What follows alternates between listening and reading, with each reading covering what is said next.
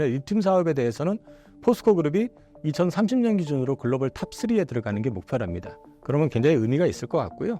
앞서 말씀드렸지만 기대치를 너무 높이지 마시라. 근데 지금 아니야 하고 다 팔 때는 지금 아니다라는 거죠. 그러니까 저는 지금 개인적으로 싸게 사시라는 말씀을 드려요. 근데 올해 목표치를 너무 높게 보시는 건 안 되고, 그래서 이 회사 자체가 주가가 계속 좀 소외됐다가 정부채 이슈로 확 떴는데, 뜨면서 보니까 제일 싸다. 첫 번째. 다른 것들하고 비교가 안 될 정도로 싸거든요, 이게. 그러니까 이게 이제 저평가됐다라는 생각을 할 수밖에 없다라는 거죠. 그리고 이제 앞으로 이 회사에서 이제 주력을 하게 될 게 결국은 각형하고 아까 이제 사륜파이 원통형 배터리 쪽인데, 원통형 쪽으로 해가지고 여기는 확실한 바이어를 가지고 이제 양산 계획을 25년부터 이제 갖고 있는 거거든요. 그럼 이게 진행이 되게 된다 그러면은 시장 선점 효과 이런 것들도 분명히 있을 것 같고요.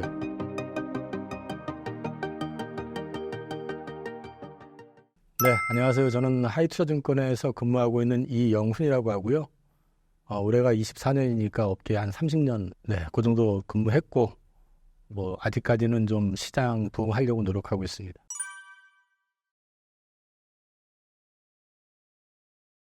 일단 최근 시장 자체는 우리나라는 사실 연초에 그 미국이라든지 일본 이런 쪽에서 급하게 올라오는 거에 대비해가지고 되게 부진했었는데, 증시의 어떤 전환 트리거가 됐던 거는 정부에서 밸류업 프로그램을 이제 발표하면서 주주가치 부양에 대한 안을 구체적으로 마련하겠다 얘기가 시작되면서부터 주가가 전통주주 중심으로 해서 주가가 급등하면서 이제 많이 올라왔고요. 그 과정 속에서 외국인들이 지난 2월 말까지 해서 한 10조 이상을 지금 매수해주면서 시장에 좀 훈풍을 좀 불어넣었다. 그렇게 이제 보시면 되는데, 미국 같은 경우는 사실 AI 열풍에 의해 가지고 반도체라든지 이런 쪽이 되게 강했었던 반면에 우리는 사실은 이제 그쪽보다는 그 언론에서 얘기했던 거 기준으로 하면 저 PBR주라고 이제 그런 쪽으로 이제 많이 분류가 되는 쪽이 이제 많이 올라왔죠. 그래서 지금 사실은 증시에 대해서 좀 많이 올라온 거 아니야 하는 이제 부담을 느끼는 건 사실입니다. 근데 어떻게 생각을 해보면은 우리나라 지금 이제 금융당국에서 밸류 프로그램을 진행하는 게 시중에서 한동안 나돌았었던 총선용 아니냐 이런 것도 있기는 했지만은 지금 현재 흐름으로 봤을 때는 저는 좀 진정성이 높다라고 보고 있거든요. 그러면 이런 패턴 자체가 쉽게 꺼지진 않을 거다. 이제 그런 맥락에서 본다 그러면은 조정을 받더라도 아직까지는 조금 더 오를 여력이 있다. 그렇게 보고 있습니다.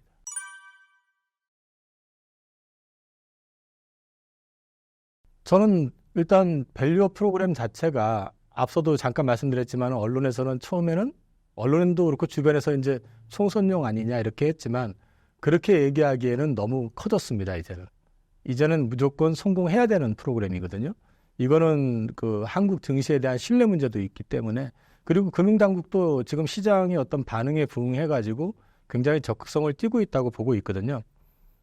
그래서 외국인 같은 경우도 지금 보면은 얼마나 들어올까 했는데 예상했던 것보다 굉장히 많은 자금이 들어왔거든요. 이거는 일본의 밸류업 그 정책의 성공을 봤기 때문에 한국 증시에 대한 기대감이 그만큼 커진 상태거든요. 같은 길 갈 수 있겠구나. 그러면 이 부분에 있어서 앞으로 이제 지난번에 1차 가이드라인이 나왔었지만 거기는 강제 규정이 없다. 자율적으로 하겠다라고 얘기하니까 바로 실망 매물이 나왔고 비판의 목소리가 나오니까 금융당국에서 제재 방안 이런 것들도 강구하겠다라는 얘기가 나왔잖아요. 그래서 이제 그 좀비 기업들 퇴출 얘기도 좀 나왔었고 했기 때문에 시장에 대해서 굉장히 좀 적극적으로 반응을 해주고 있다는 측면에서 봤을 때는 이거는 진정성이 높다라고 봐야 되지 않겠냐. 저는 그렇게 보고 있고요. 시장의 관건은 결국은 증시 밸류업 프로그램에 있어서 막연한 자율성보다는 좀 강제성이 어떤 식으로 부과가 되느냐, 이게 되게 중요할 것 같습니다. 그리고 이제 지금 또 보면은 그 우리나라 그동안에 언제 올라왔던 주식들을 보면은 가장 많이 올랐던 게 은행, 그 다음에 현대차 그룹주, 이런 쪽이 많이 올라왔잖아요. 그러면 그 뒤집어 놓고 보면은 이 두 그룹의 특징은 배당 성향이 굉장히 높았어요. 그러니까 주주 환원 성향 자체가 높았던 쪽이거든요. 그러면 안 건드려도 이미 했어야 되는 건데 정부에서 나서니까 더 열심히 하겠지라는 기대감이 있었던 거고, 그 다음에 처음에 이제 보면은 밸류업이라고 하니까 저 PBR주 건드린다고 하니까 요즘 되게 재무적으로 좀 어렵고, 그 다음에 영업 환경도 좋지 않은 유통 쪽도 오르고 다 했었잖아요. 근데 다 떨어졌잖아요. 지금 보면.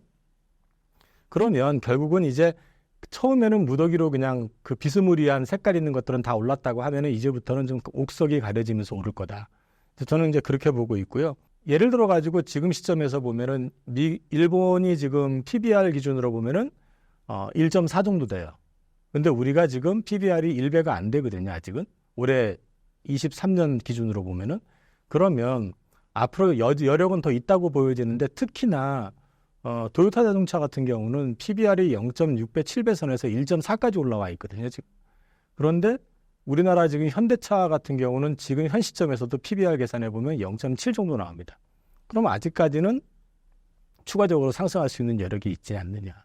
그런 맥락에서 봤을 때는 규제 방안, 그러니까 제재안, 강제성을 좀 부여할 수 있는 어떤 규정이 명확하게 도입이 되고 그다음에 주주를 우선한다는 측면에서 봤을 때 뭐 상법 개정이라든지 이런 것들이 좀 뒷받침이 돼준다면 저는 이거는 굉장히 긍정적으로 작용을 할 거고 우리나라의 어떤 증시 역사에서도 한 획을 그을 수도 있는 굉장히 중요한 정책이 될 것 같다라고 기대하고 있습니다.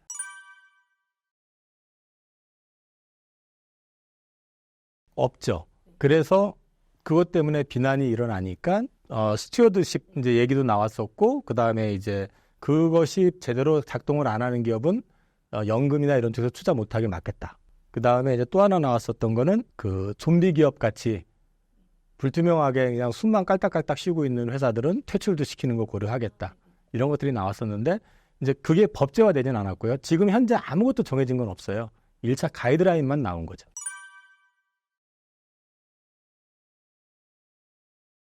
일단 주주 환원 정책이 강화된다는 건요. 주주 환원 정책이라고 하면은 제일 먼저 뭐가 생각이 날까요? 배당. 그죠? 배당을 많이 주게끔 요구를 하겠죠. 그다음에 두 번째는 자사주 소각. 주주 환원이라고 한다 그러면 결국은 이익을 최대한 주주들이 같이 나눠 가질 수 있게끔 정책을 가져가는 게 목적이 아니겠습니까? 그러면 이제 그런 맥락에서 보면 주주 환원 정책을 강화한다고 하니까 왜 우선주가 오르냐? 그럼 우선주 하면 어쨌든 보통주보다 배당을 1% 더 주죠. 그죠? 그럼 배당을 더 준다라는 측면이 메리트가 있는데 지금 우선주 주가를 보면 삼성전자가 지금 본주 대비 85%까지 올라왔어요. 이게 70% 후반에 있었거든요. 그다음에 현대차 우선주가 제가 2020년에 고객님들 사드렸을 때 본주 가격의 47%였었어요. 지금 65%까지 올라왔어요. 그럼 본주도 올라왔지만 우선주는 굉장히 많이 올라온 거죠.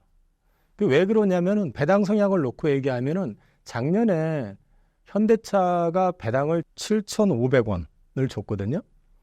그러면 작년 기준으로 했을 때 작년 연말 주가가 얼추 19만 원, 20만 원이었었어요. 보통주가. 그럼 7,500원이면은 3.7%? 그죠? 근데 그 당시에 우선주 주가가 9만 원대였었어요. 그리고 9만 원대 같으면 7,500원이면 8, 9, 72, 8%가 넘잖아요. 은행이자 혹시 아세요? 요즘 정기예금 들어가면 얼마 주는지? 3%대 주잖아요. 근데 이건 갖고 있으면 8%를 넘게 줬었어요. 그러니까 우선주 주가가 급하게 올라온 거죠. 지금 이제 본주하고 우선주 가격이 차이가 나다 보니까 배당을 많이 주면은 우선주가 그만큼 메리트가 커지게 되죠. 메리트가 커진다는 얘기는 본주와 우선주의 가격 차이가 줄어들 수밖에 없는 거죠. 그죠? 근데 이제 미국 같은 경우는 우선주가 본주 가격에서 85에서 88% 사이거든요. 그런데 우리나라는 앞서도 말씀을 드렸지만 제일 많이 따라온 우선주가 지금 삼성전자가 85%예요. 그리고 현대차 우선주 같은 경우는 지금도 65%예요. 그러니까 아직도 괴리가 많이 벌어졌잖아요. 그럼 앞으로 배당을 더 많이 늘리고 자사주 소각을 계속하면 우선주 가격은 본주 가격 대비해서 줄 수밖에 없죠. 계속 올라오겠죠. 왜? 배당 금액을 늘리니까 배당 수익률이 계속 올라갈 거 아니에요. 주가가 그럼 계속 올라가는 상황이 우선주가 더 크게 연출될 수 있다는 거죠. 그래서 우선주를 주목하는 거고 이게 제대로 안착이 된다 그러면 삼성전자만 85% 되라는 법은 없을 것 같아요. 근데 이제 물론 차이는 있어요. 왜냐하면 삼성전자는 우선주도 시가총액이 크고요. 유동성이 풍부해요. 근데 상대적으로 다른 우선주들은 좀 시가총액도 작은 것도 있고 하기 때문에 차이는 있을 수 있지만 괴리는 좁힐 수 있기 때문에 우선주 주가가 플러스 효과가 더 많이 나는 건 사실일 겁니다. 다만 우선주도요. 거래량이 너무 적고 이런 것들. 그다음에 또 이익이 안 나는 회사 우선주는 배당하고 별 상관이 없잖아요. 그러니까 그런 쪽은 별 의미가 없을 수 있죠. 근데 이제 배당이 잘 나오는 우선주들, 현대차 우선주 같은 경우, 예를 들어서 현대차 우선주 지금 올해 예상하는 배당 금액이 10,000원이 넘는다고 하는데, 10,000원이 넘는다고 하면은 지금 16만 원이면요. 16만 원, 지금 오늘 15만 6천 원, 16만 원이라고 치더라도 그러면은 한 7점 몇 프로 되죠. 지금도. 계속 올라가는 거예요. 배당 금액이 올라갈수록. 그러니까 우선주 쪽은 앞으로도 만약에 이게 제대로 정착이 된다고 그러면 좋아질 수밖에 없다. 다만 이익을 많이 내면서 배당을 줄 수 있는 회사를 찾아야 되고, 그 다음에 거래량이 너무 없고 시가총액이 너무 작은 거는 기관 투자가들이 안 사겠죠. 외국인도 그렇고. 그러니까 시가총액이 우선주 중에서도 보면 1,000억, 2,000억 이런 것들도 있거든요. 그건 조금 애매할 것 같고, 그래도 우선주라고 하면은 시가총액이 1조 근처는 되는 쪽에서 찾아보시는 게 좋을 것 같습니다.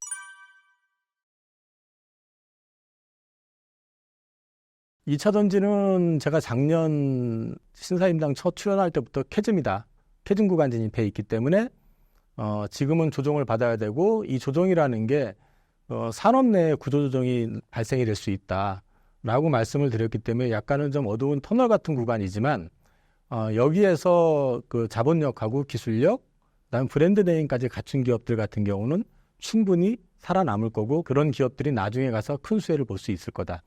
그렇게 말씀을 드렸는데, 지금도 여전히 캐즘 구간이라고 보고 있고요. 이 캐즘 구간에서 지금 보면은 중국 같은 경우는 이미 자동차 업체 구조조정도 있고요. 지난주에는 그 미국의 자동차 전기차 회사 하나 뭐 파산 얘기 잠깐 나왔었어요. 물론 부인은 하긴 했지만, 결국 뭐냐면은 이 캐즘 구간이라고 하는 거는 돈이 될 것 같으니까 너도 나도 참여를 해가지고 경쟁자들이 엄청나게 많아져 버린 거예요. 근데 시장은 그만큼 큰 게 아니라 전기차도 이만큼 올라왔다가 이제 급하게 살 사람들 다 사고 난 다음에 보니까 인프라가 덜 구축돼 있죠. 그러니까 충전소도 덜 돼 있고 뭐 여러 가지 변수들이 생기니까 가격도 또 높고 하니까 나 좀 불편할 것 같은데, 그리고 내가 사고 싶은 가격 대비해서 내연기관차보다 비싼데 이러면서 이제 사는 걸 뒤로 미루는 사람들이 나오잖아요. 그러면 그 시점부터는 뭐냐면 서로 참여는 했으니까 여기서 이제 피 터지는 경쟁이 생긴다는 거죠. 그러면 이럴 때 이제 그 소위 벤처로 출발했던 기업들 같은 경우 좀 어려움을 겪을 수가 있고요.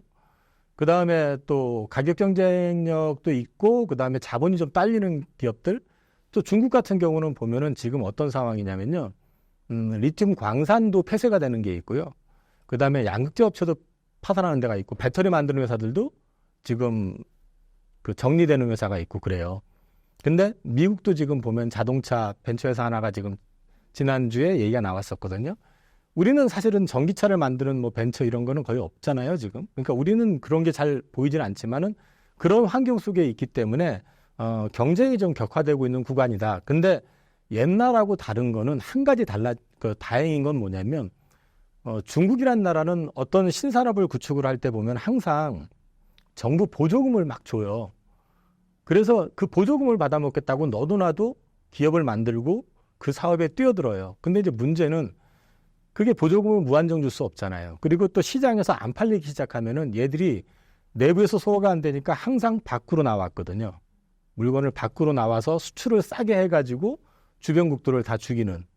대표적인 게 뭐였냐면은 조선. 우리나라가 조선 한동안 잘 나가다가 중국 애들이 갑자기 그 보조금 때문에 조선소가 막 뭐 100개, 150개 됐던 게 거의 1000개 가까이 됐었거든요. 이렇게 쫙 늘어나 버리니까 덤핑 나오고 하니까 우리도 덤핑으로 수주하다가 우리나라 조선소들도 거의 다 망할 뻔했었잖아요. 그래서 삼성중공업도 이재용 회장이 사재 넣어가지고 출자한 적도 있었고, 대우조선 같은 경우는 실제로 그 테크니컬 디폴트가 돼가지고 산업은행 관리에 넘어갔고, 산업은행에서 이제 이번에 이제 하나로 바뀌긴 했지만 한 번 어려움을 겪었고, 현대중공업 역시 마찬가지였었고, 이런 식으로 주변 국가들을 애를 먹였었단 말이에요, 항상. 또 뭐 그것만 그랬던 게 아니라 화학, 철강, 그 다음에 우리나라 LCD, 다 중국 애들 그 보조금 때문에 다 당한 거거든요. 근데 이번 같은 경우는 미국에서 처음부터 못 들어오게 IRA법을 딱 제정을 했죠. 그거에다가 FEOC라고 해서 강제 규정을 만들어가지고 중국이 관여가 되는 기업들은 아예 들어오질 못하게 차단을 했잖아요. 지금 유럽도 지금 풀어놨더니만 중국에서 저가로 자동차, 전기차 들어오고 자꾸 물건을 들어놓으니까 CRMA법 발효하고 이번에 법 이름이 갑자기 생각이 안 나는데 그게 하나가 통과가 되면서 역시 마찬가지로 이제 그 재활용 관련돼 가지고 강제 규정을 해가지고 중국에 있는 그 싼 배터리 소재를 가지고 활용을 못하게끔 규정을 지금 이제 강화시키는 게 이번에 통과가 됐어요. 그렇게 되니까 중국 애들이 그동안에는 중국 내에서 소화 안 됐던 게 밖으로 나가서 가능했었는데 그냥 막혔잖아요. 그러니까 우리나라 기업들이 숨 쉴 틈이 생긴 거죠. 왜? 배터리 쪽 관련해 가지고 글로벌 탑티어급에 들어가는 나라가 중국하고 한국이거든요. 실제로 보면 배터리 셀을 만드는 회사 같은 경우도 중국 기업 빼고 나면 우리나라 기업들이 거의 상위권이란 말이에요. LG에너지 솔루션, SDI, 그다음에 SK온, 그다음에 양극재도 마찬가지로 뭐 에코프로 BM, 그다음에 포스코 피추엠, 뭐 LNF 뭐 이런 것들이 다 상위권에 들어가 있거든요, 지금. 근데 그런 것들이 다 중국 애들하고 붙어야 되는 상황인데 중국 애들이 밖으로 나오는 걸 막아버렸잖아요, 지금. 그러니까 우리는 좀 숨 쉴 틈이 있는 상태에서 그나마 이 어려운 구간을 비교적 좀 아주 어렵지 않게, 아주 편안하지는 않지만 적자 났었잖아요, 4분기 때. 이제 이런 구간을 좀 거쳐가고 있는 기간이다. 그래서 조금은 지금은 인내해야 될 구간이다. 다만 예전하고는 다른 거는 중국 애들하고의 경쟁을 외부에서 막아주고 있다. 그래서 좀 비교적 그렇게 이전에 비해서는 다른 산업에 비해서는 아주 어렵지 않게 잘 극복하고 있는 구간이다. 그래서 요게 지금 전방 업체인 배터리 업체라든지 자동차 업체의 컨퍼런스 콜을 종합해 보면 1분기까지는 어렵다. 1분기보다는 2분기가 조금 좋아질 것 같고 상반기보다는 하반기가 좋아질 것 같다라고 얘기를 하고 있거든요. 그러니까 지금은 캐즘 구간에서 바닥 구간에서 조금 고개를 드는 정도 아니면 바닥을 조금 탈퇴할까 말까 이렇게 좀 간을 보고 있는 단계 그 정도로 지금 보면 될 것 같습니다.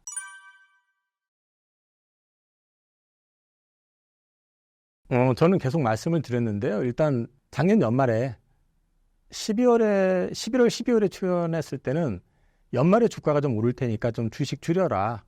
그 말씀을 드렸었어요. 그랬더니 이제 배터리 주식 팔라고 했다고 또 뭐라고 하시는 분들도 계셨는데, 실제로 올랐었어요, 연말에. 그리고 이제 올해 들어와 가지고는 1분기에 싸게 사시라 계속 말씀을 드리고 있고요. 지금은 배터리 쪽 주식을 팔 때는 아닌 것 같아요. 왜 또 팔 때를 아니라고 생각을 하냐면 배터리 소재에서 가장 핵심은 리튬이거든요. 근데 리튬이 계절성이 있어요. 계절성이 있다는 게 무슨 얘기냐면 통상적으로 겨울에 채굴이 많아요. 그 여름에 채굴하기가 어려워요.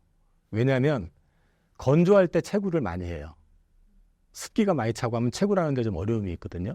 그래서 보면은 여름이 다가오면 다가올수록 우기, 비가 좀 오고 막 이러면서 좀 이제 습기가 많이 차잖아요. 그래서 겨울에 채굴이 많다 보니까 리튬 가격이 리튬 공급량이 많아지니까 가격이 좀 약하잖아요. 근데 이게 점점 이제 날 따뜻해지고 다시 여름으로 다가가면서 채굴량이 줄잖아요. 그러니까 리튬 가격이 계절성이 좀 있어요. 그래서 겨울에 약하고 여름으로 가면서 조금 강해지는 그림이 있거든요. 그럼 리튬 가격이 바닥에서 올라오기 시작한다고 그러면 양극재 업체들 같은 경우는 작년 4분기 적자의 가장 큰 원인 중에 하나가 뭐냐면 재고 평가손이었었잖아요. 그럼 그 재고가 작년 4분기 대비해서 더 악화될 가능성은 제한적이죠, 지금. 오히려 이제 올라가기 시작하면은 1분기는 모르겠지만 2분기, 3분기 가면서 오히려 재고 평가손이 재고 평가 이익으로 바뀔 수도 있거든요. 그렇게 본다고 그러면은 전체적으로 이익 계산하는 그림이 나올 수 있다라는 거죠. 그래서 지금은 팔 구간은 아닌 것 같고 좀 싸게 사실 구간이라고 저는 보고 있습니다.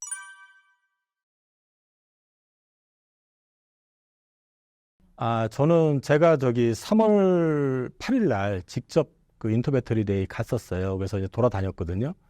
실내가 더워서 죽는 줄 알았는데, 그날 이제 갔을 때 그 대학생들이 많이 와가지고 사실 질문하기가 참 어려웠었어요. 대학생들이 정말 이제 관련 전공을 하는 친구들인가 본데 열심히 하더라고요. 그래서 이제 저도 이 지켜보다가 몇 가지 이렇게 쭉 훑어보면서 내 나름대로 궁금한 거 좀 체크한 게 있는데, 제가 보면서 이제 거기 인터배터리 데이 참가를 통해 가지고 얻었던 아이디어, 요거 괜찮다, 아니면 요건 봐야 되겠다 싶었던 게 몇 개 있어서 그걸 말씀을 드릴게요.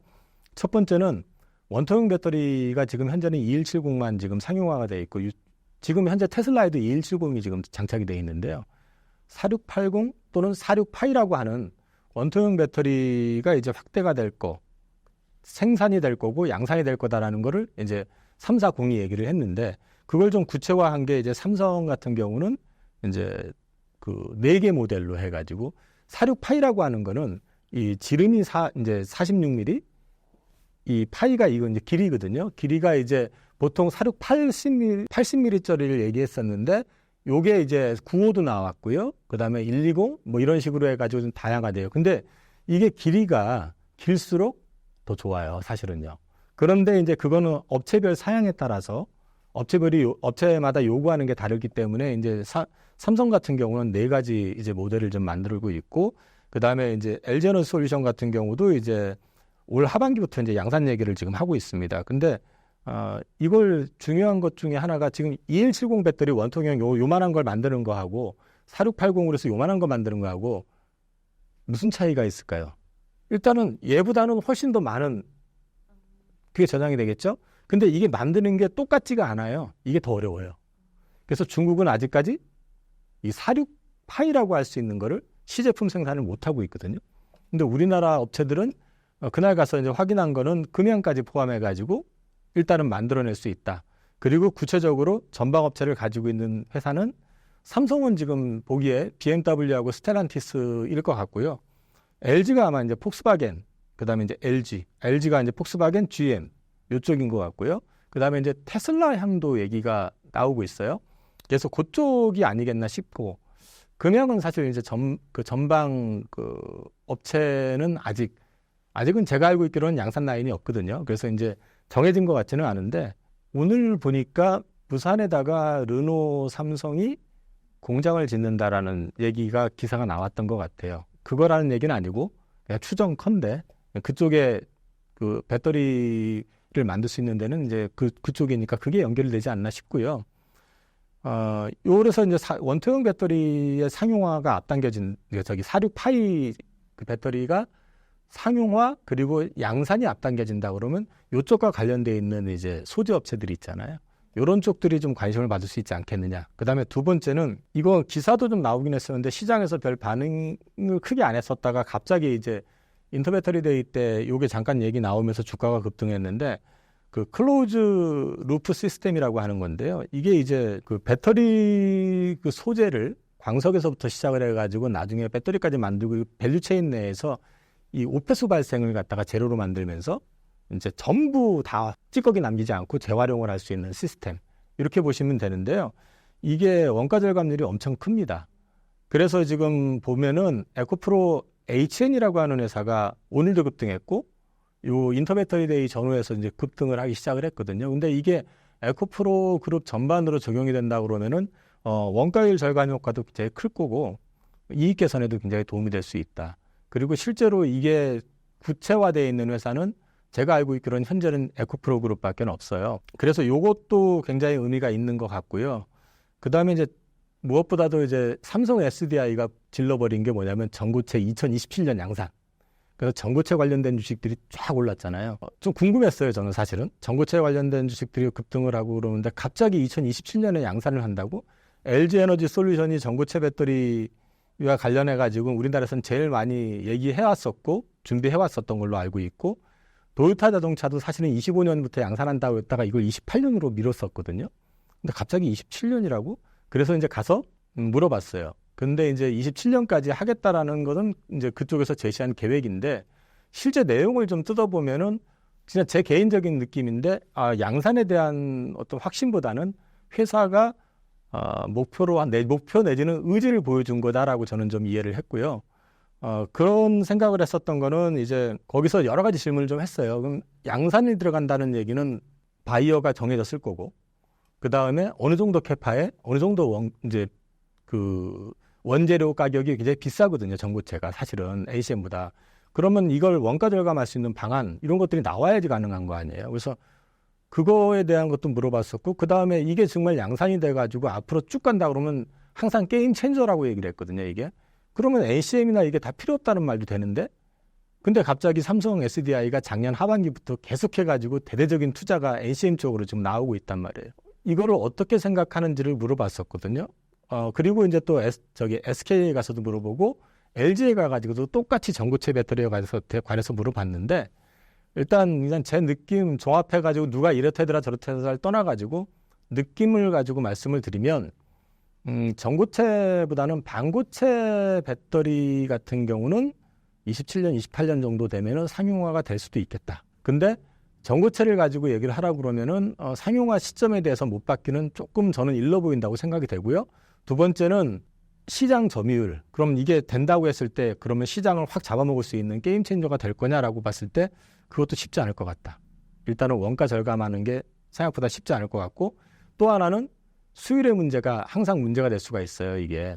그리고 이게 전고체 배터리는 고정이 돼 버리잖아요. 이게 액체가 전에 액이 들어가 있는 게 아니라 이게 전해질 고체가 들어가기 때문에 이온의 이동이라든지 이런 게 둔해져요. 사실은 액체 상태에서 움직이는 거하고 다르니까.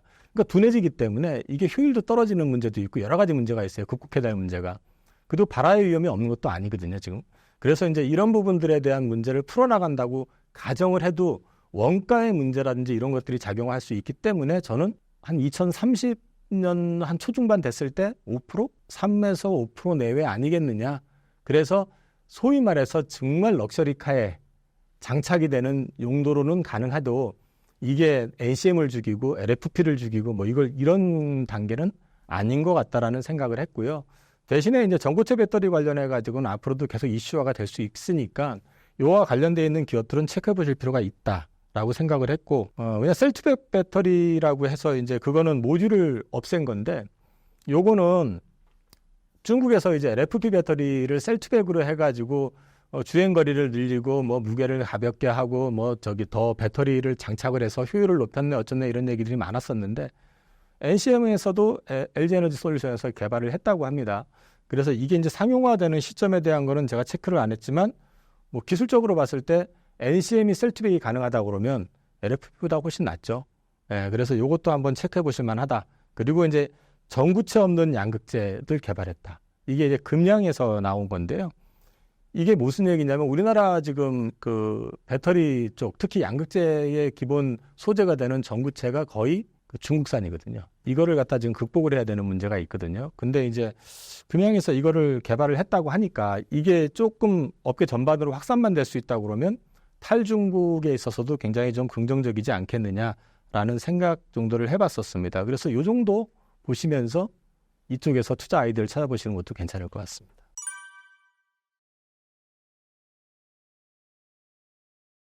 최근에 포스코홀딩스가 주가가 좀 주춤할 겁니다. 이건 주춤한 이유는 처음에는 밸류업 프로그램 얘기 나왔었을 때 자사주 소각하는 거 아니야? 라는 기대감 때문에 처음엔 좀 급하게 오는 것도 있었는데, 이게 회장 선임도 당초 기대했던 분이 아니라 딴 분이 되는 것도 있었고, 또 혹시 또 연기금에서 딴지 걸지 않을까 이런 우려도 있었고, 지지부진했는데 일단 연기금에서 찬성, 후보가 되신 분 찬성하기로 했고요. 이번 주에 주총이 있습니다. 그러면은 이제 이 부분에 대한 노이즈는 풀린다라고 이제 봐도 될 것 같고, 아마 선임 되시고 나면은 밸류 프로그램 관련해 가지고 어떤 식이든 대응하지 않으실 수 없을 거라는 거죠. 왜? 연기금이 최대 주주고, 그 다음에 정부가 밸류업을 하겠다고 하는데 난 못하겠어라고 얘기할 수 있는 것도 아니고, 재무 구조가 워낙에 탄탄해요. 현금도 굉장히 많고. 그래서 지금 이걸 뭐 하고 안 하고 그럴 상황은 아닐 거라고 저는 보고 있고, 그 다음에 이제 또 한 가지 노이즈가 있었던 거는 필바라 리튬 공장이 작년 11월 말에 준공이 됐는데, 여기서 이제 오폐수 문제가 좀 발생이 된 것 같아요. 그래서 이게 좀 처리가 깔끔하게 되지 않고, 그 다음에 중간에 좀 뭐 가스도 좀 새고 뭐 여러 가지 문제가 좀 있어가지고 이 부분에 대해서 좀 이제 정지 작업을 좀 지금 하고 있고, 이런 노이즈가 좀 이제 진행이 되다 보니까 아무래도 이제 양산하는데 시기가 조금 뒤로 딜레이 될 가능성, 이런 것들이 좀 부각이 된 것도 있는 것 같고요. 그런데 이제 이 부분도 결국은 풀릴 거라는 거죠. 왜? 에코프로도 그 과정을 거쳐가지고 결국은 지금 올라온 거거든요. 그 클로즈드 루프 시스템이라고 하는 게. 그리고 또 한 가지는 이제 보셔야 되는 게 2분기 말에 그 아르헨티나의 그 여모리튬 공장 1공장이 또 준공이 돼요. 그러면 그건 오히려 좀 더 하기가 쉬울 수도 있거든요. 거기는 사실은. 그러면 이제 이쪽에서 결국에 시간이 가면 갈수록 이제 리튬의 어떤 생산에 대한 가능성이 이제 커진다라는 측면 보셔도 될 것 같고, 철강 쪽이 지금 별로 좋지는 않거든요.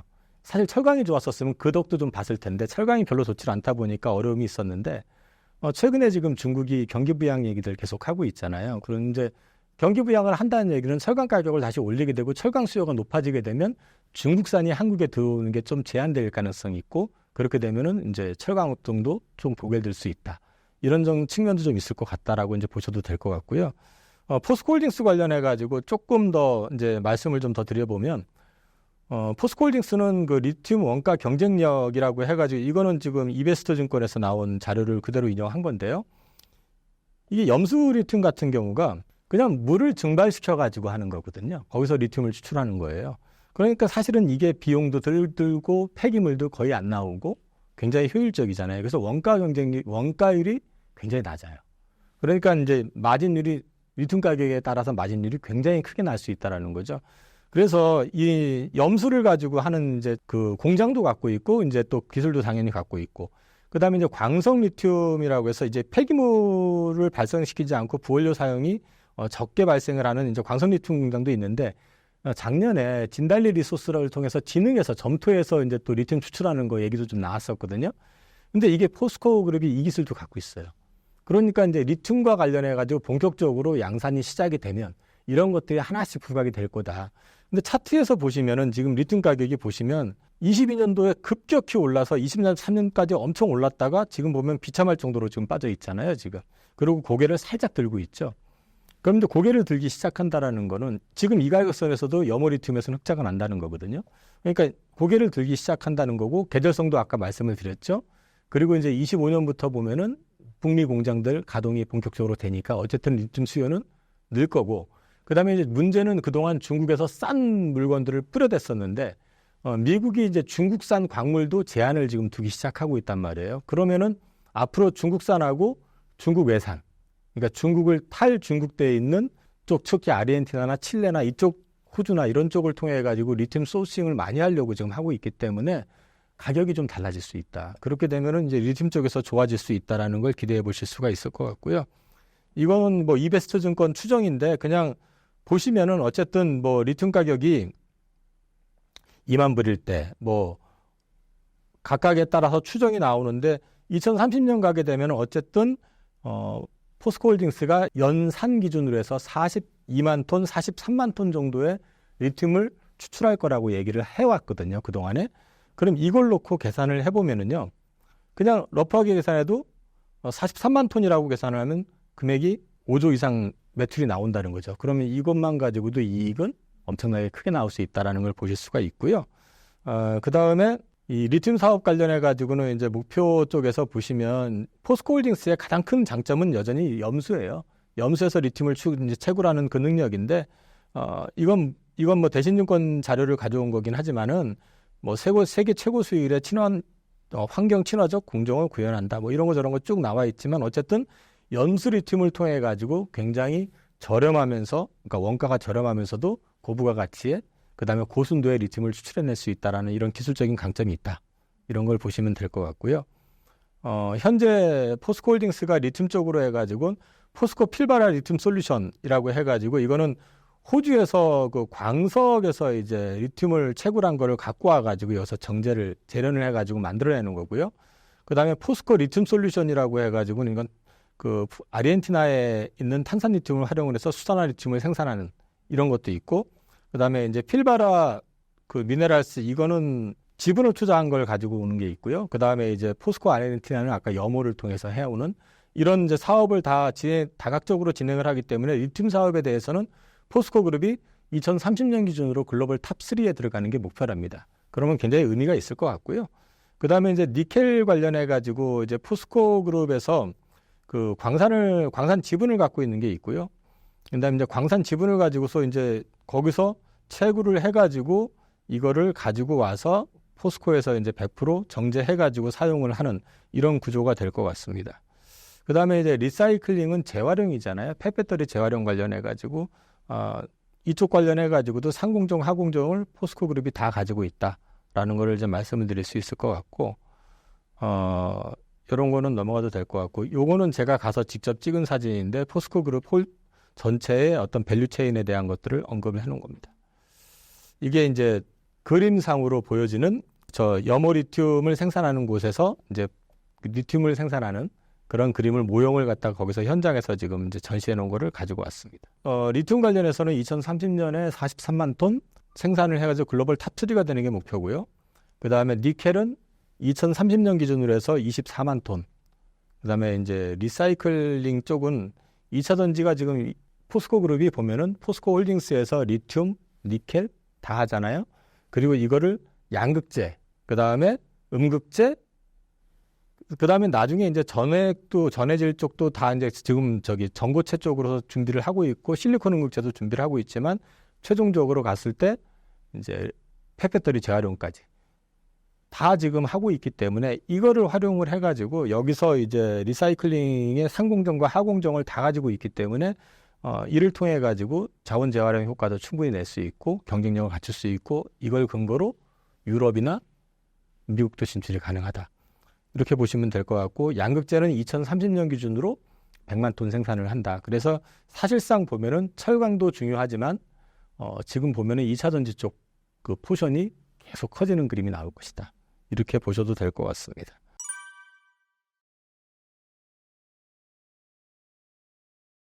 에코프로 그룹 같은 경우는 이제 어닝 쇼크가 지난 4분기에 나왔고요. 1분기까지 안 좋을 것 같고 제가 현장에서 가서 또 물어봤거든요. 올해 연간을 놓고 봤을 때는 좀 어려운 구간일 것 같다. 그런데 상반기보다는 하반기가 좋을 것 같고 이제 이런 구간으로 보시면 되고 대신에 이제 에코프로 그룹이 되게 적극적으로 하고 있는 거는 시장과의 소통입니다. 그래서 에코프로 같은 경우는 아마 이제 액면 분할이 곧 거래 정지가 4월 달에 있는 것 같은데 며칠 거래 정지하면서 액면 분할이 일어날 것 같고요. 그다음에 이제 에코프로 BM은 아마 상반기 말 정도 해가지고 거래소 이전 이게 이제 진행이 될 것 같습니다. 근데 이런 것들이 이론적으로는 별 영향이 없어요. 근데 이게 수급적인 측면에서는 조금 달라질 수 있습니다. 예를 들어서 에코프로 같은 경우는 지금 60만 원대 주식이잖아요. 한 주를 샀는데 60만 원이 들어가야 돼요. 100주 살려면은 6천만 원이 들어가야 돼요. 그죠? 근데 이게 액면가를 100원으로 만들어버리면 5분의 1로 이제 금액이 줄어들잖아요. 그러면은 60만 원짜리가 이제 12만 원 정도가 되는 거죠. 그런 식이 되면 아무래도 접근하기가 좀 편해지잖아요. 이렇게 될 수가 있고 또 한 가지 이제 에코프로 BM 같은 경우 거래소 이전을 한다 그러면 이게 거래소 이전을 하게 되는 그 중간에 거래 정지되는 기간이 있어요. 그러면 그 기간 동안에 통상적으로 보면 이제 이전에 LNF도 그랬었지만은 이 공매도를 친 물량들 같은 경우는 거래 정지 기간 동안에 어떤 변수가 발생이 될지 모르잖아요. 뭐 리튬 가격이 급등을 하거나 자동차, 전기차가 많이 팔리거나 여러 가지 변수가 있기 때문에 줄이고 싶어하는 용량이 생기거든요. 그래서 수급적으로 좀 긍정적인 효과가 좀 나올 수가 있다. 그리고 에코프로 BM 같은 경우는 거래소 들어가게 되면 아마 바로 코스피 200에 편입이 될 가능성이 높거든요. 이것도 그런 것들이 수급적인 어떤 역할에서 긍정적인 효과를 볼 가능성이 높다라는 게 있고요. 그다음에 이제 최근에 보면 에코프로가 5천억을 자본이익금을 이익이익금으로 전환을 했어요. 근데 이게 의미가 있는 게 뭐냐면요. 배당을 해줄 수가 있거든요. 이익이익금에서 배당을 해줘야 되는데 제 작년에 이제 적자나고 뭐하고 하면서 이제 배당 여력이 많이 소진된 상태에서 5천억을 전입을 시켰다는 게 어떤 의미가 있냐면 배당을 주잖아요. 그럼 여기에 대해서는 배당 소득세가 없어요. 세금이 없이 예를 들어서 1,000원을 주면 1,000원을 다 투자자들이 받을 수가 있어요. 그럼 엄청 큰 메리트죠. 그럼 거꾸로 공매도 쪽 입장에서 봤을 때는 그 배당금까지 대차를 했으니까 책임을 져줘야 되는 그런 부분이 있죠. 그래서 이제 이런 것들이 부담이 될 수가 있는 거죠. 그래서 이것도 어쨌든 주가에는 조금 플러스 효과를 줄 가능성이 있지 않겠느냐. 그리고 이제 에코프로 BM은 앞서도 제가 말씀드렸었지만은 이제 전구체 풀이 금량이 이제 양극재를 개발을 했다고 아까 말씀드렸잖아요. 인터배터리 대회에서 여기서 지금 보면은 LFP 양극재로 해가지고 전구체 프리 양극재를 개발 착수를 해서 현재 파일럿 라인이 가동 중에 있고 근데 이제 이게 현실화되고 구체화된다 그러면 역시 마찬가지로 탈중국에 그리고 또 여러 가지 측면에서 도움이 될 수 있는 측면이 있고요. 그다음에 이제 에코프로 이노베이션은 이제 26년에 IPO를 계획하고 있는 걸로 지금 얘기를 하고 있는 것 같습니다. 그래서 에코프로 그룹 역시 마찬가지로 2차 전지 전체의 어떤 분위기하고 비슷하게 지금 바닥 구간을 좀 지나고 있는 그림이다. 다만 계속 말씀을 드리지만 캐즘을 완전히 극복을 하고 다시 성장을 하는 쪽은 아직은 아니기 때문에 드라마틱한 상승보다는 완만한 상승을 좀 보시는 게 어떻겠느냐. 그리고 제가 현장에서 여쭤봤을 때도 그 현장에 계신 분들도 올해는 조금 쉽지 않은 한 해가 될 것 같다라고 얘기를 했거든요. 그 얘기는 아주 급하게 격하게 2차 전지 쪽, 전기차 쪽이 좋아질 거라고 기대는 안 하는 눈치더라고요. 그리고 이제 에코프로 그룹에서는 한 가지 앞서 제가 말씀드렸던 게 클로즈드 루프 시스템이라고 하는 거 말씀드렸잖아요. 이 그림이 있어서 갖고 왔는데요. 이게 보면은 폐배터리 재활용부터 시작해가지고 원료, 전구체, 양극체에 이르는 배터리 양극주체 생산 과정을 하나의 단지에서 구현을 합니다. 하나의 단지에서 이게 다 생산을 할 수 있게끔 만들어 놔서 이게 돌아가면서 여기서 그 다음 전구체 만들고 전구체에서 양극재로 만드는 이 과정 속에서 이 불순물이라든지 이런 그러니까 재활용을 거의 다 하게 됨으로 인해 가지고 비용 절감효과도 크고 오폐수도 거의 발생시키지 않는 그런 것들이 있기 때문에 이게 앞으로 이제 본격 상용화가 됐을 경우에는 원가 절감 효과가 굉장히 크다. 그런 맥락에서 놓고 본다 그러면 앞으로 굉장히 획기적인 기술이기도 하지만 이 회사의 어떤 그 기업의 가치를 높일 수 있는 굉장히 의미 있는 거고 이와 관련해서 가장 큰 수혜는 에코프로 HN이라는 회사가 보게 될 것 같습니다. 그리고 여기 이제 에코프로 그룹에 가서 제가 사진 찍었던 건데 이렇게 좀 삐딱하게 사진을 찍었던 거는 사람이 많아가지고 앞에서 찍지를 못했어요. 뒤에서 이렇게 찍다 보니까. 근데 이제 여기에 에코프로에서 이제 NCA 단결정 세계 최초 상용화, LFP 국내 최초 상용화 추진하고 있다. 이런 것들 이제 얘기가 있었던 것 같습니다.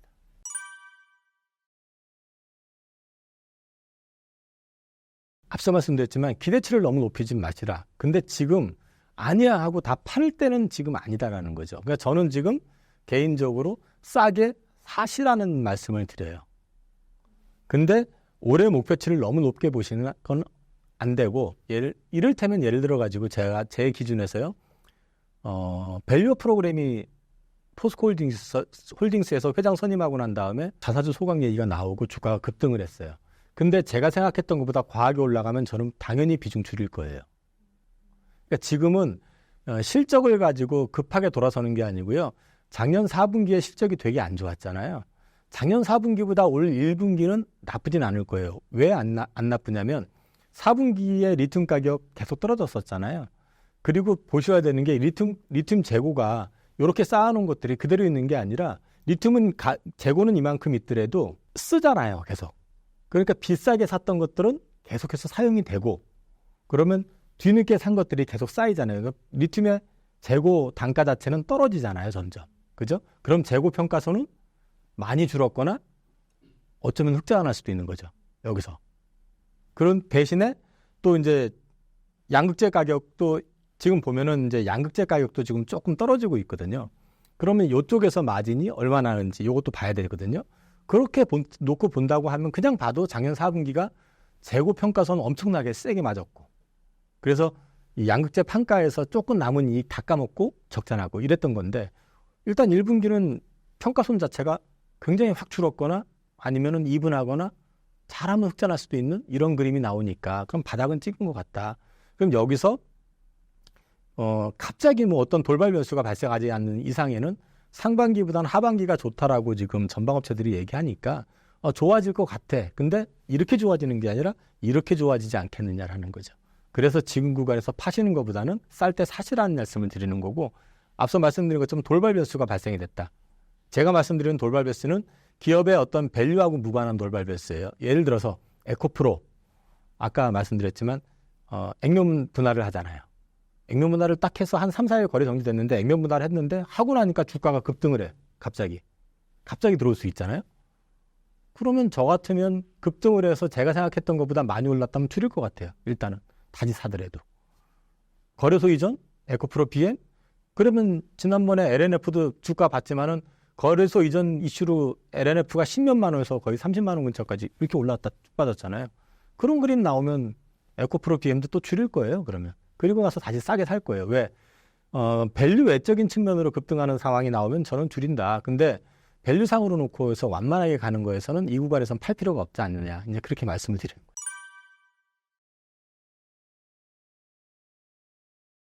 거예요. 삼성 SDI 사실 첫날 올라갈 때 그동안에 그 시장 그 전날까지요.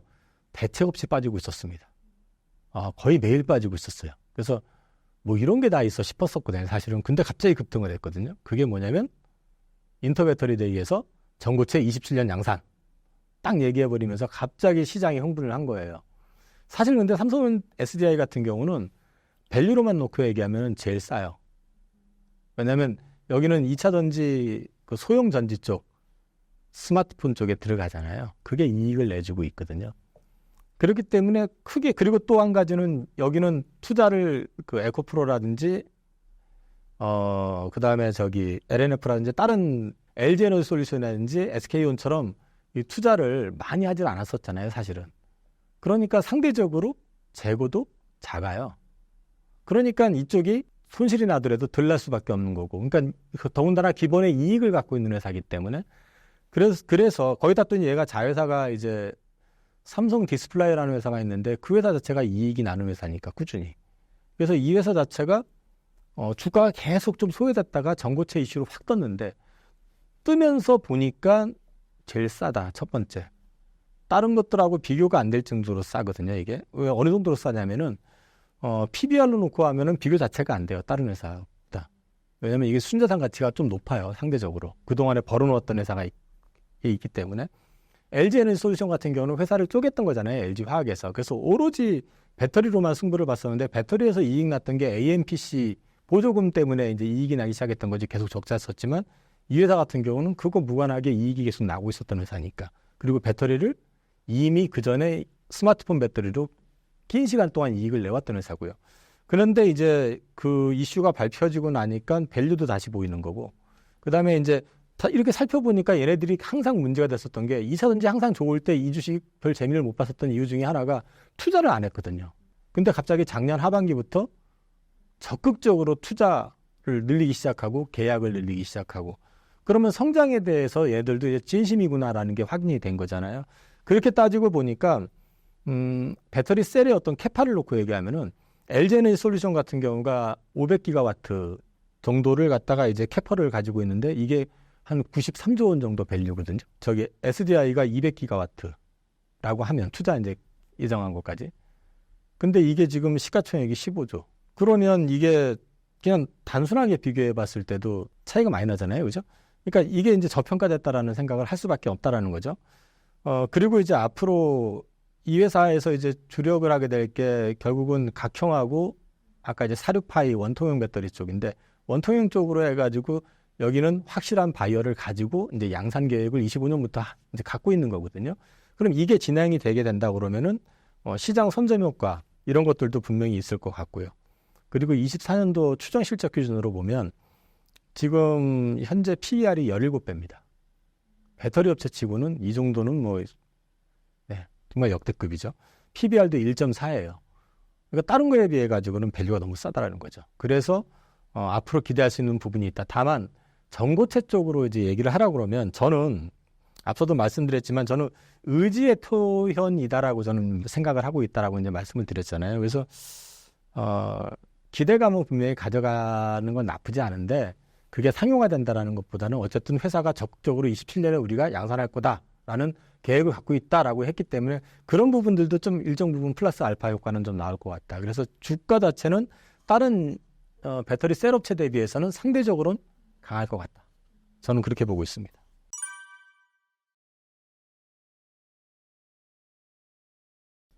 지금도 싸죠. 왜냐하면 이 주식이 80만 원부터 빠진 주식인데 사실. 그러니까 뭐 지금 43만 원 뭐 이 정도 선이잖아요. 그렇게 비싼 가격대는 아니라고 봐요. 근데 이제 앞으로 저는 이제 전고체 효과로도 플러스가 날 수 있다고 봐요. 그게 어쨌든 시장에 기대감을 키웠기 때문에. 근데 그거보다는 저는 그냥 밸류 자체도 싸고 그다음에 앞으로 그동안 투자를 등한히 했고 좀 주저했었던 그런 부분들이 투자를 본격화하는 데다가 사륙파이 쪽에서 어쨌든 양산 일정까지 구체적으로 제시를 했고 이 원통형 쪽으로 해서 어쨌든 강점을 갖고 있는 회사이기 때문에 이쪽에서 놓고 본다 그러면은 삼성 SDI는 충분히 가능성이 있다라고 보고 있습니다.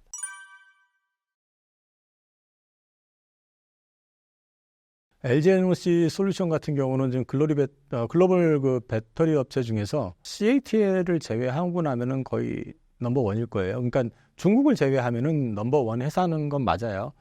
근데 이제 이 회사는 앞서도 말씀을 드렸지만 밸류에이션상으로 약간 좀 처음에 상장될 때 비싸게 상장된 측면이 좀 있어요. 그리고 아까 이제 밸류 얘기도 잠깐 말씀드렸지만은 이제 이게 24년 실적 기준으로 증권사 거 예상치를 보면 PER로 54배입니다. 그럼 앞서 제가 SDI는 17배라고 했잖아요. 차이가 많이 나죠. 거기다가 또 PBR로 얘기를 하면 아까 SDI가 1.7이라고 그랬잖아요. 여기는 4.5입니다. 그러니까 이제 싸다라는 메리트는 눈에 확 잡히진 않죠. 근데 이제 이 회사의 강점은 캐파가 크잖아요. 그러니까 본격적으로 성장을 했을 경우에 그때는 이익이 급격히 늘어날 수 있겠죠.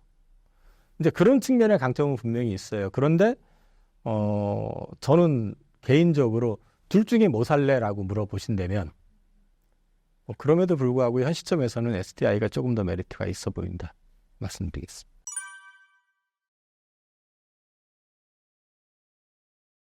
제가 이제 보니까 작년 11월 달에 지난번에 출연했을 때 말씀드렸는데 그때 제가 전액 섹터를 말씀을 드렸어요. 주목해 봐야 될 거. 이게 지금 그림상에 나와 있는 게 그때 가지고 왔던 그 그림하고 글씨를 이게 PPT 각각 따로따로 해서 2장에 걸쳐 가지고 제시했었던 건데 그 당시에 이제 그 그림을 그대로 따왔습니다. 근데 그 당시에 이제 전액 얘기를 했을 때가 이게 말씀을 드리면서 전액 말씀드렸을 때가 엔캠이 주가가 6만 원 전후였거든요. 지금 오늘 23만 원? 그 정도 하고 있고요. 근데 이제 지난달 출연했을 때 엔캠은 나 더 이상 추천 못하겠다. 부담스럽다라고 말씀을 드렸고요. 대신에 엔캠 주변에 있는 애들 오히려 그게 날 수도 있다라고 말씀드렸던 게 이제 솔브레인 홀딩스라든지 그 다음에 덕산테코피아라든지 뭐 이런 회사들을 차라리 보는 게 날 수도 있다라고 했는데 그 주식들도 좀 주가가 올랐었어요. 그리고 이제 지금 시점에서는 그렇게 놓고 생각을 해보니까 결국 가가지고 그 FEOC 규제에 의해 가지고 중국 애들이 기웃거리지 못하는 그런 쪽이 여전히 좋을 수밖에 없지 않겠느냐. 다만 이제 오늘 소개드리려고 하는 쪽은 핵심 소재로 부품으로 지정이 돼 있진 않아요. 아직은. 그래서 이제 그 IRA법상의 보조금은 아직 확정이 돼 있진 않아요. 근데 핵심 광물로는 지정이 돼 있어요. 그게 동박입니다. 근데 이제 동박인데 이 동박 쪽 관련해 가지고도 사실 SKC라고 하는 회사는 급등을 했어요. 근데 이 회사는 사실 동박으로 급등했다기보다는 유리기판 쪽 이슈, 반도체 쪽에 그걸로 급등을 했거든요, 지금. 근데 이제 동박 업체들도 한번 보실 필요가 있다. 왜? 여전히 안 좋아요. 이것도 다 중국 업체들 때문에 안 좋거든요. 중국 업체들이 자기네들이 소화 안 되니까 밖으로 뿌린 거예요, 다 물건들을. 그래서 덤핑 나오고 하면서 지금 되게 단가 떨어지고 해서 안 좋은데, 이제 올해 그런 것들을 감안을 해가지고 이제 우리나라 동박 업체들이 소위 말해서 초국박 해가지고 동박에서도 이제 좀 고집적돼 있는 그런 쪽으로 이제 좀 포커싱을 좀 해나가게 될 것 같고 관련해가지고 이제 솔루스 첨단 소재가 캐나다 퀘벡에다가 이제 공장을 짓기 시작을 했고요. 그 다음에 이제 롯데 에너지 머티리얼즈 같은 경우도 이제 북미 쪽에다가 이제 그 부지 확정해가지고 투자 뭐 이런 것들 얘기가 좀 나오고 있는 것 같고 넥슬리스는 계속 검토하고 있다고 하는데 우리나라는 동박 3사를 볼 수가 있고요. 근데 이제 넥슬리스가 이제 SKC 100% 자회사입니다. 그래서 SKC는 동박으로도 또 분류가 되는데 지금 보면은 동박 시장 그 그래프가 지금 보스턴 컨설팅 그룹에서 나온 걸 보시면 2023년에 전체적으로 50만 톤에서 25년 2년 지나고 나면 89만 톤으로 그 다음에 27년 가면 137만 톤으로 이게 글로벌 시장이 크게 올라온다. 그런데 중요한 거는 이 크게 올라오는 과정 속에서 성장을 어디가 많이 하느냐. 북미가 많이 한다는 거죠. 북미가 많이 한다는 얘기는 중국 애들을 제껴놓고 나머지들이 가져가는 그런 그림이 될 가능성이 높지 않겠느냐라는 건데 전기차 상황이 앞서도 말씀드렸지만 지금은 중국은 이미 캐증 구간에 들어서 있고 글로벌도 이제 캐증 구간에서 지금 버벅거리고 있기는 하지만 지금 이제 말씀을 드릴 수 있는 거는 이 동박 쪽으로 해가지고 북미 쪽이 커지게 되면은 이 동박 시장에서 우리나라 업체 말고 경쟁을 할 수 있는 업체가 중국 업체는 어차피 못 들어온다고 그랬잖아요. 그럼 사실상 거의 없어요. 여기도. 그러면 우리나라 업체들 간의 어떤 경쟁이 될 수도 있는 거죠. 그래서 이쪽 시장 자체도 조금 차별화될 가능성이 높다. 그래서 이제 동박 쪽도 한번 보실만 할 것 같다라는 말씀을 좀 드리고 싶습니다.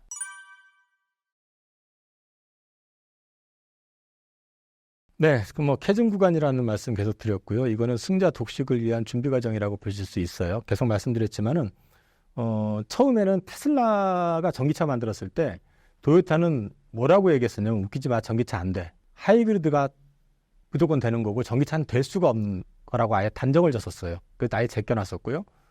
그다음에 이제 우리나라 기업체들도 사실 뭐 전기차에 적극적이진 않았었고 대부분의 내연기관차들은 전기차 뭐 이랬는데 그 기회를 이용해서 테슬라가 전기차라는 걸 만들어 가지고 선을 딱 보이니까 이 초기 얼리어답터들이 환호했죠. 그리고 또 그게 테슬라 자동차를 보시면 그 안이 거의 IT 기계화되어 있잖아요. 거기다가 걔네들이 내세웠던 게 지금도 완전 자율주행은 안 되지만 걔네들이 꿈꾸는 건 그거잖아요. 뒤에서 영화 보든 뭐 자든 뭐 차가 알아서 가는 자율주행에 대한 구현 이런 얘기하면서 지금은 뭐 2단계, 3단계 이렇게 구현을 하고 있지만 그것만 가지고도 신기했었으니까. 근데 이제 정부 정책들이 각국이 이제 탄소에 대한 규제 강화시키기 시작하고 유럽, 그다음에 미국은 특히 트럼프에서 바이든으로 바뀌면서 이제 정책이 완전히 바뀌면서 IRA 도입하고 이러면서 이제 강화가 되니까 내연기관차들이 굉장히 적극적으로 전기차 쪽으로 이제 들어온 거 아니에요? 그러면 전기차 쪽으로 들어오게 되면 어떤 상황이 발생이 되냐면 테슬라가 혼자 독식을 할 때는 그 벤처 애들 뭐 리비안이나 뭐 중국의 리오나 뭐 이런 애들이 다 들어왔을 때 다 지 나름대로 그 조그만 시장에서 먹고 살 수가 있는데 갑자기 등치 큰 GM, 포드, 스텔란티스, 현대차, 토요타 뭐 이런 닛산 들어오잖아요. 그럼 브랜드력에서 일단 딸리죠. 그 다음에 자금에서도 딸리겠죠. 거기다가 이제 이 큰 회사들이 양산 능력까지 갖춰버리게 될 경우에는 이제 판가 자체가 달라지죠. 테슬라가 지금 전기차 가격을 높였다 줄였다 할 수 있는 이유가 여러 가지가 있는데 그 중에 하나가 여긴 양산을 하잖아요. 연산 100만 대 이상을 팔아먹고 있으니까. 근데 이 벤처 작은 회사들 같은 경우는 뭐 1년에 뭐 10,000대 팔아야 잘 팔고 20,000대 팔아야 잘 팔고 이런 회사들에선 원가를 낮출래야 낮출 방법이 제한적이잖아요. 그죠? 그럼 이렇게 되는 경우에선 경쟁이 붙었을 때 진짜 브랜드 파워가 있고 제품에 대한 경쟁력이 있으면 살아남는데 그렇지 않으면 살아남기가 어려워지는 거죠. 그럼 너도 나도 이제 박터지게 싸움이 벌어지는데 해피는 이 와중에 올겨울에 혹한이 와가지고 충전소 가가지고 충전 기다리다가 전기차들이 다 방전이 나버렸잖아요. 그래서 전기차 무덤이 돼버리고 난리 났었잖아요. 그걸 보니까 인프라도 안 깔려있네? 불편하네? 이렇게 생각이 들 거 아니에요. 그러니까 내연기관차 사면은 주유소 가가지고 그냥 카드 넣으면은 한 5분이면 풀로 다 충전하고 뭐 반 남은 거 한 2, 3분이면 다 가능하고 굉장히 편하잖아요. 근데 전기차는 한 번 충전하려면 어디서 해야 돼? 막 돌아다녀야 되는. 그래서 이런 것들 때문에 좀 어려웠었는데 요 과정 속에서 결국에는 이제 속가내기가 좀 벌어진다는 거죠. 속가지게 되면은 살아남는 애들이 그러면 그 다음에 진행이 속가지게 되는 과정 속에서 한 놈 두 놈 나가 떨어지기 시작하면 어떻게 하냐면 지네들이 살아남기 위해서 충전소를 많이 늘릴 수밖에 없겠죠. 그 다음에 정부 차원에서도 미국 같은 경우는 충전소를 2030년까지 50만 개를 늘리겠다고 얘기를 하니까 이런 게 이제 확장이 되기 시작하면은 한 번 충전하려면은 예를 들어 가지고 한 2, 30분 가야 되는 거리까지 갔다가 와야 되는데 이게 5분 내의 거리에 이제 나오기 시작한다든지 이래버리면 편해지는 거잖아요. 그만큼 리스크도 줄어들게 되는 거고. 그러면 자연스럽게 이제 다시 판매량이 늘기 시작하는 거죠. 이런 구간을 이제 가기 위한 준비 과정, 내지는 이제 전쟁 중이다라고 보시면 될 것 같고요. 이런 부분들 속에서 이제 우리나라 같은 경우는 사실 뭐 현대기아가 거의 독점이니까 별 의미가 없고, 그 다음에 시장 자체가 우리나라가 사실은 개화가 안 돼 있어요, 지금. 왜냐면 주변에 보시면 전기차 충전소 몇 개나 있어요. 없잖아요. 그러니까 이제 그런 면도 좀 있어요. 근데 이제 북미 쪽이나 이런 쪽은 지금 이걸 좀 정부 차원에서 굉장히 공격적으로 하고 있기 때문에 이런 부분들이 앞으로 좀 확장이 될 가능성은 있다. 그리고 테슬라의 가장 큰 강점 중에 하나는 아까도 말씀드렸지만 이 오토 시스템, 자율주행에 대한 기대감. 근데 최근에 이 자율주행과 관련해 가지고 테슬라가 그 안전평가에서 11개가 부정적인 평가를 받았어요. 그래서 테슬라 제도 되겠어라는 좀 의문이 좀 있어요. 그러면 사실 그것 때문에 많이 더 모인 것도 있거든요. 그러면 시장 자체에 대해서 테슬라가 자동차를 잘 만든다고 생각은 전 안 해요. 왜냐하면 그 만드는 노하우는 기존에 100년 전통의 회사들이 많잖아요. 얼마나 많이 차를 만들어 봤겠어요. 디자인도 더 이쁘고. 그러니까 이쪽이 더 강한 거죠.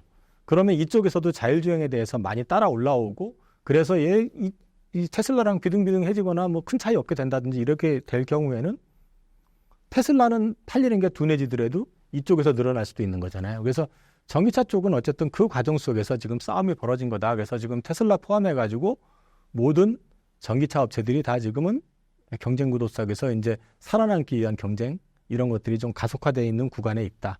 단 날이 따뜻해지면서 그 다음에 올해 바뀐 게 뭐냐면은 보조금을 옛날에는 차를 살 때 그 조건에 맞아야 되잖아요. 뭐 그래서 부품이 뭐 몇 프로 이상이 뭐 이런 조건들이 있어요.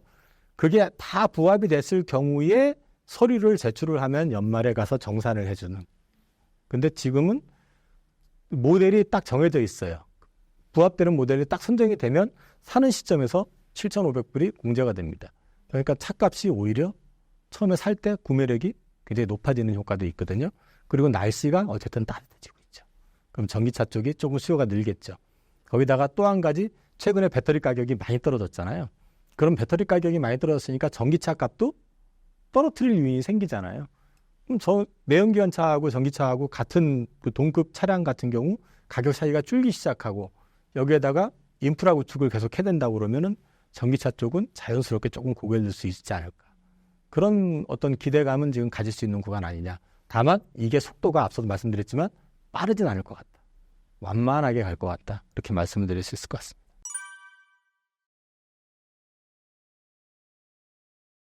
그거 아세요? 혹시 최근 들어와서 트럼프 진영에서 전기차 얘기하면서 전기차 뭐 보조금 없애겠어? 아니면 뭐 IRA 폐지하겠어? 이런 얘기 요즘 안 나와요.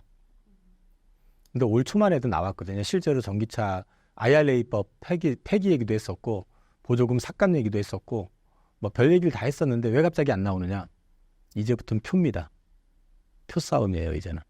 그래서 이제 표 싸움이기 때문에 이 전기차 배터리라든지 전기차가 들어가 있는 공장이 들어가 있는 쪽들이 보면 경합주들이 많아요.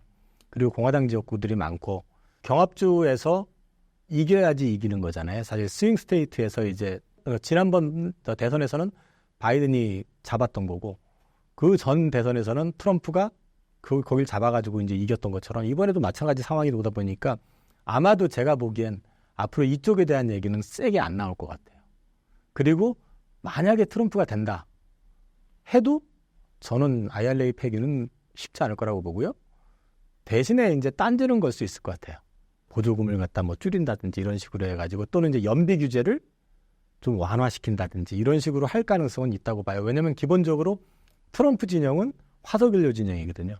석유, 재벌, 뭐 방산, 뭐 이런 쪽이 공화당 쪽 축이거든요. 그러니까 이제 그런 식으로 딴지는 걸 수는 있지만 전체 큰 그림을 바꾸지는 못할 거다. 딴지를 걸면 아무래도 2024년 말 되면서 좋아지고 25년 되면서 좋아지고 이렇게 기대했었던 게 조금 더 늘어질 수는 있겠죠. 약간 늘어지는 그림이 나올 수는 있긴 하지만 큰 그림은 뒤집기에는 이미 너무 멀리 와 있다.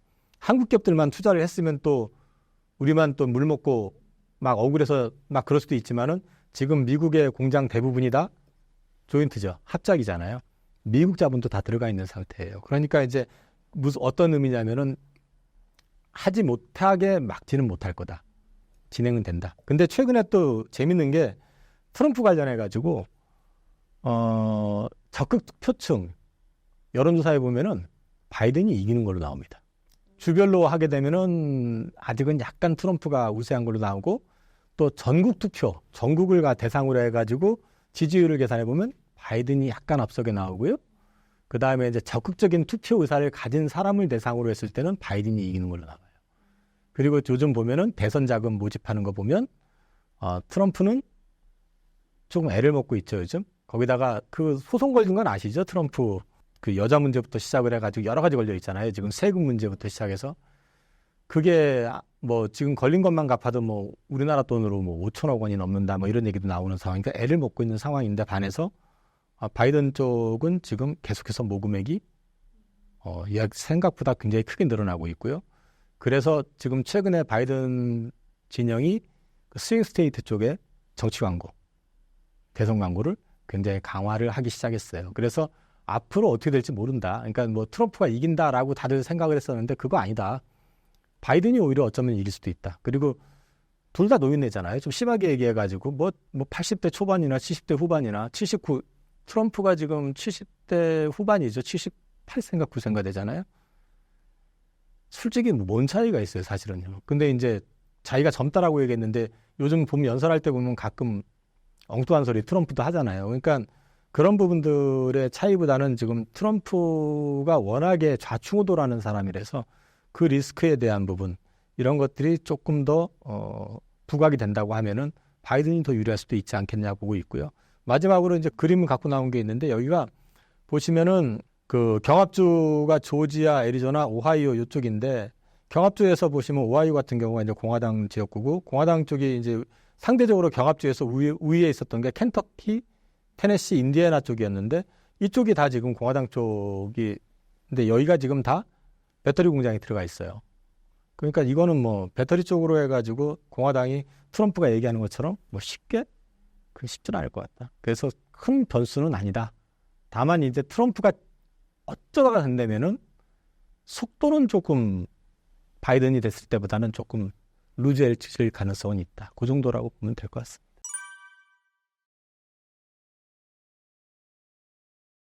엔비디아로 시작해서 엔비디아로 끝나는 사이클이라고 저는 생각을 하거든요.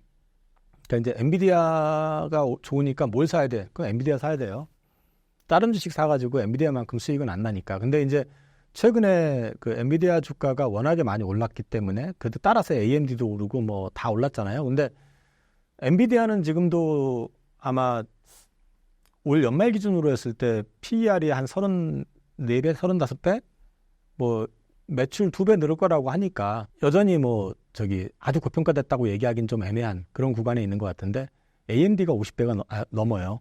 그런 이제 이런 애들은 사실은 이제 기업 이익 개선 폭보다는 그 주변에 묻혀가지고 넘버원이 엔비디아면 넘버투는 AMD고 뭐 이런 식으로 해가지고 올라왔던 측면 좀 있죠.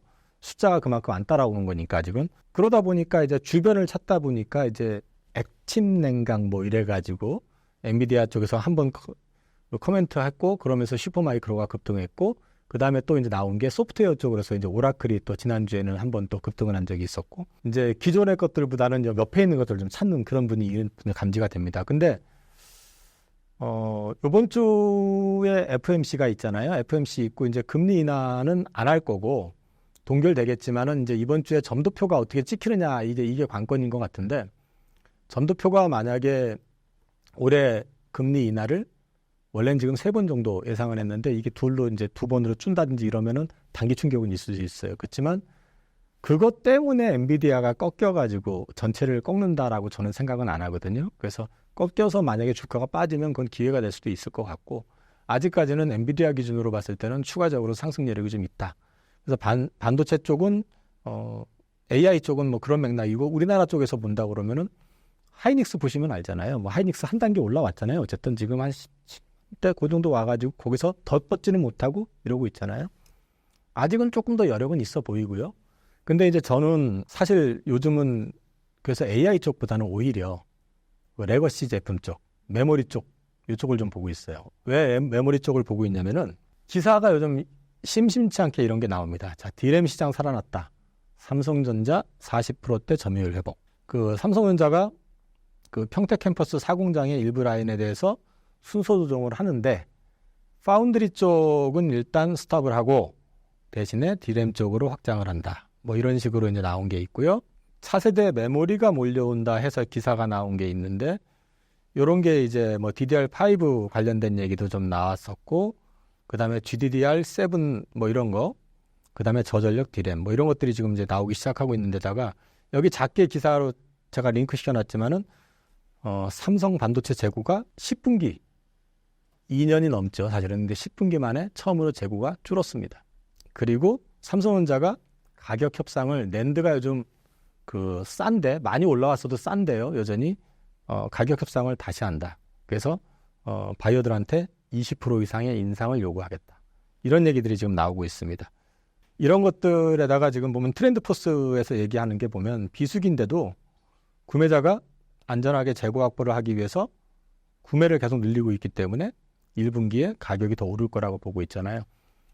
그래서 삼성전자가 1분기에 메모리 쪽 흑자 전환 얘기가 지금 나오고 있고, 생각보다 잘 나올 거란 얘기가 있는데, 이번 주에 아마 마이크론 테크놀로지가 실적 발표가 있을 거예요. 그 실적 보시면은 어쩌면 이 부분에 대한 기대감을 조금 더 크게 할 수도 있지 않겠느냐. 그러면 이 얘기를 왜 하느냐. 이쪽이 좋아지게 되면 어떤 효과가 있느냐. 일단 여기에 투여가 되는 소재 회사들. 아까 낸드 같은 경우 원래 그 가동률이 40%대까지 35%까지가 떨어졌었는데 지금 70%대 회복했고 더 늘린대거든요. 가동률이 올라가면은 거기에 투여가 되는 소재들은 더 많이 투여가 되겠죠. 그럼 이익이 살아날 것이고, 그 다음에 이쪽이 좋아지기 시작하는 그림이 확연히 보이고, 그 다음에 삼성에서 아까도 그 투자의 순서를 바꿨잖아요.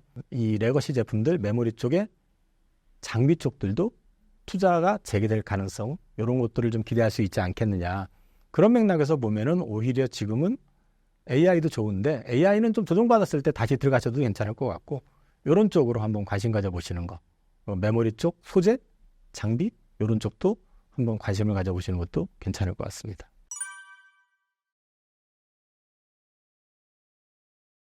첫 번째는 삼성전자는 잘 나갈 때는 모든 게 다 좋은데요.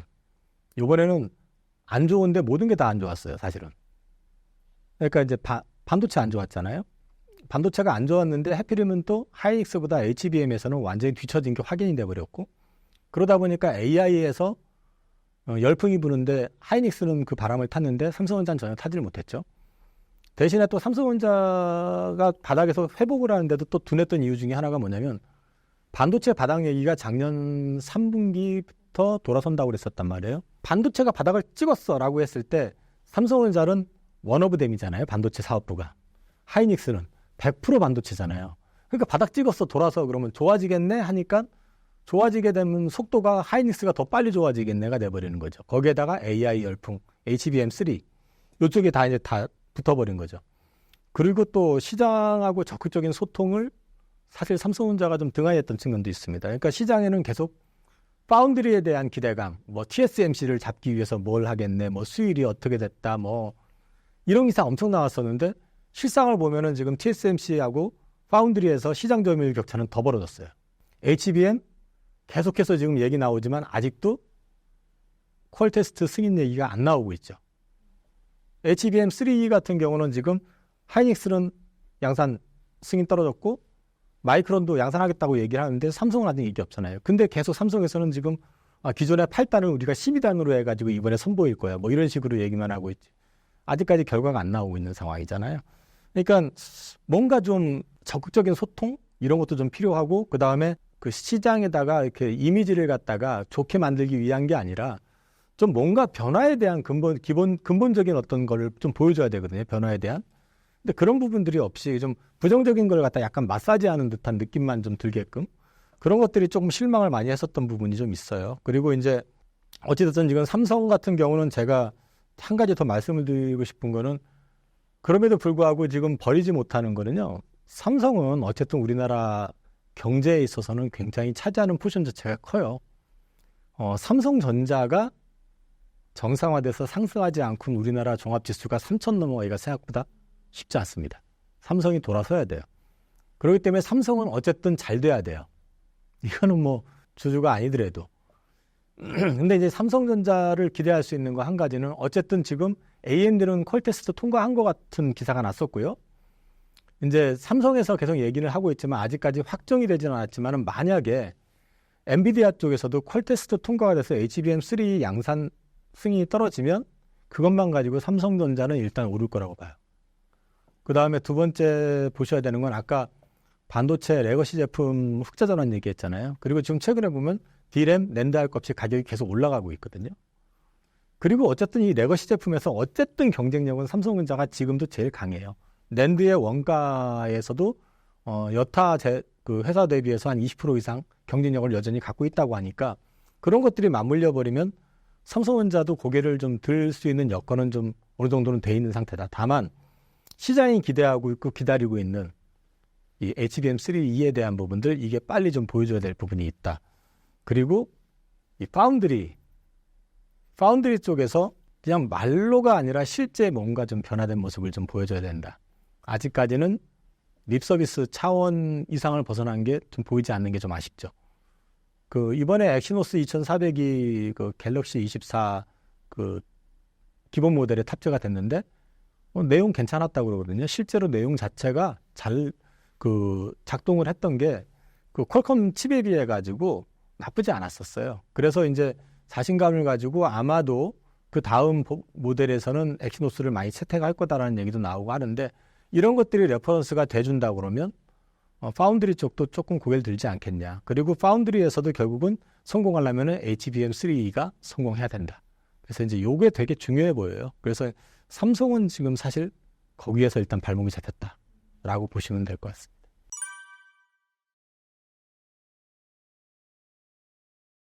삼성전자 같은 경우는 지금은 살기는 좀 아까운 구간이고요. 좀 싸게 살 수 있는 구간 아닐까 싶어요, 저는요. 그래서 저는 그냥 앞서도 말씀드렸지만 HBM3E 퀄테스트 통과 이것만 일단 나와도 주가는 한 단계 오를 거다라고 저는 봐요. 그리고 반도체 레거시 제품 회복되면은 가장 수익성이 좋은 쪽은 삼성전자일 가능성이 높기 때문에 그것만 가지고도 충분히 또 기대할 수 있는 부분이 있고요. 그리고 이제 그게 하나가 풀리게 되면 아까 파운드리 얘기도 했었지만은 파운드리 역시 마찬가지로 HBM3E가 되면 파운드리도 자연히 풀리게 될 거고, 또 한 가지 메타 그 저커버그 한국에 왔었잖아요. 그래서 뭐 삼성하고 뭐 한다 얘기 있었잖아요. 그러면 파운드리 관련해서는 메타 거를 어쨌든 받을 수도 있잖아요. 엑시노스 2400 그 지금 돌아가는 거 봤을 때는 가능성이 있다고 보거든요. 그래서 뭔가 하나만 딱 풀리면은 될 것 같은 느낌인데, 그게 지금 딱 거기서 발목이 잡혀 있다. 그러니까 지금은 저는 팔 때라기보단 그냥 빠지면 사도 나쁘지 않다. 물론 시장 수익률 대비에 좋을 거야 나쁠 거야라고 물어보면 저도 자신 있게 더 좋을 거라고 얘기는 못 하겠어요. 근데 단기적으로 만약에 퀄테스트 통과 얘기만 나오면 좋을 가능성이 있죠.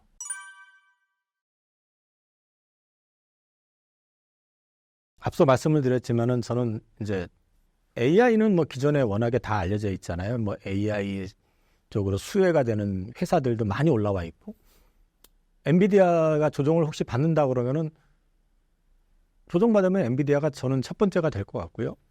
근데 국내 주식에서 뭐라 그러면 아무래도 관련돼서 주가 올랐었던 종목 중에서 조정받으면 그 안에서 찾아보시는 것, 뭐 특정 종목을 얘기하긴 그렇지만은 아무튼 그쪽 관련돼 있는 것들을 보시는 게 좋은데, 저는 지금 앞서도 말씀드렸지만 조금은 이제는 좀 메모리 쪽 장비 이런 쪽 그 투자 관련해 가지고 한번 검토해 보실 필요가 있지 않을까.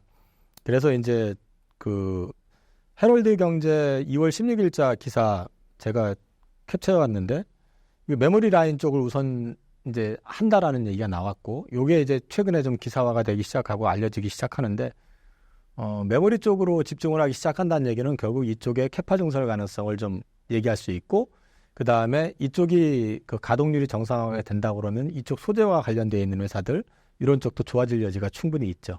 특히 낸드 같은 경우는 가동률 30%대까지 떨어졌던 걸 갖다가 지금 70%대까지 올렸고, 이걸 더 올린다고 하니까 그럼 가동률이 살아나게 되면 그쪽과 관련되어 있는 소재 업체들은 좋아질 수 있잖아요. 그래서 업체들을, 특정 업체를 제가 딱 집어서 말씀드릴 수는 없는데, 대신에 그냥 제가 자료를 조사해 보니까 이런 회사들이 있더라. 그래서 이제 증착, 각 뭐 이런 쪽으로 해가지고 업체들 쫙 있는 회사들, 여기는 주로 지금 제가 언급해 놓은 게 뭡니까?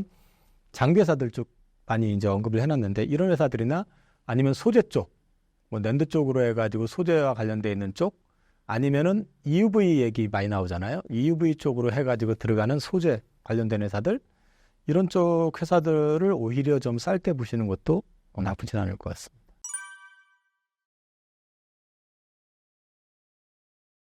앞서 말씀을 드렸지만은 반도체 쪽에서 제가 가장 크게 보고 있는 거는 삼성전자 HBM3E의 엔비디아 퀄테스트 통과 여부. 이게 통과가 될 경우에는 삼성전자가 생각보다 바람이 좀 세게 불 수 있다. 그래서 그거 되게 중요해 보인다라는 거 말씀드리고요. 그 다음에 메모리를 증산한다고 그랬잖아요. 증산에도 불구하고 최근에 지금 재고를 갖다 계속 축적을 하고 있기 때문에 가격이 오르고 있다고 말씀드렸는데, 이게 실제로 이제 다들 증산을 하는 분위기가 될 거 아니에요. 삼성은 증산한다고 그랬고, 지난달까지는 아마 하이닉스하고 키옥시아나 이런 애들은 낸드 쪽 증산을 못했던 걸로 알고 있거든요. 근데 그쪽에서도 증산을 했을 경우에도 이게 유지가 되는지, 이게 유지가 된다 그러면 생각보다 이 메모리 사이클이 크게 나올 수도 있는 그런 장이거든요. 특히 온디바이스 AI라는 얘기 많이 들어보셨잖아요. 이쪽이 확장이 되기 시작하면 메모리 쪽의 수요가 자연히 늘거든요. 근데 이 온디바이스 AI 쪽으로 해서 지금 스마트폰 나왔죠, 일단. 그 다음에 뭐 노트북 같은 거, 컴퓨터. 그 다음에 이게 어디로도 장착이 될 수 있냐면은 가전제품에도 다 장착이 될 수 있죠. 생각보다 이게 영역이 되게 커질 수가 있거든요. 이 교체 수요가 굉장히 많이 확장이 될 수도 있어요. 그러면은 그걸로 인해 가지고 보통 반도체 이 메모리 쪽의 사이클은 뉴 디바이스의 출현에 의해서 한 단계씩 성장을 해왔었어요. 근데 뉴 디바이스라고 해서 사실 비전 프로를 가지고 제가 얘기를 작년 말에 계속 했었어요. 이게 대박이 나면 괜찮을, 이게 또 다른 디바이스의 어떤 시장을 열 수 있어. 근데 지금 솔직히 대박이 날지 안 날지 저도 헷갈려요. 지금 보면은 반응을 보니까. 삼성에서도 준비하고 뭐 한다고는 하는데 이게 팔리는 게 여러 가지 좀 변수가 있을 수 있으니까 그거는 조금 뒤로 밀어놓고 본다고 했을 때 온디바이스 AI를 통해 가지고 교체 수요가 좀 대대적으로 일어날 수도 있지 않느냐. 그러면 그게 일어난다 그러면 또 이제 특히 보시면 노트북을 대체적으로 많이 산 시점이 2020년 코로나 때 많이 샀었어요. 왜냐면 재택근무, 그죠? PC도 그렇고. 그럼 얼추 21, 22, 23, 24년이면 바꿀 시기가 도래한 것 있잖아요. 그죠? 그 다음에 이제 핸드폰 같은 경우도 교체를 해놓고 이번에도 물론 교체가 됐지만은 최근에 보면은 좀 교체를 안 하려고 하잖아요. 저 같은 경우도 해마다 바꾸지는 않지만 보통 한 2년에 한 번 바꿨는데 지금 제가 쓰고 있는 게 21인가 그럴 거예요. 22, 23, 24면 3년째잖아요. 사실 요번에 살짝 갈등했었어요. 온디바이스 AI 뭐 해서 뭐. 근데 이거를 좀 보고 이런 상황이란 말이에요. 근데 이제 이게 교체 수요가 일어나면 중국이 이번에 메모리 칩이 좀 살아났었던 이유 중에 하나가 중국 쪽에서 휴대폰 교체 수요가 좀 일어났었거든요. 그러니까 이런 것들이 이제 좀 확산이 될 수만 있다 그러면은 생각보다 이쪽을 통해 가지고 한번 또 일어날 수도 있거든요. 그래서 이걸 한번 주목해서 보실 필요는 있을 것 같아요.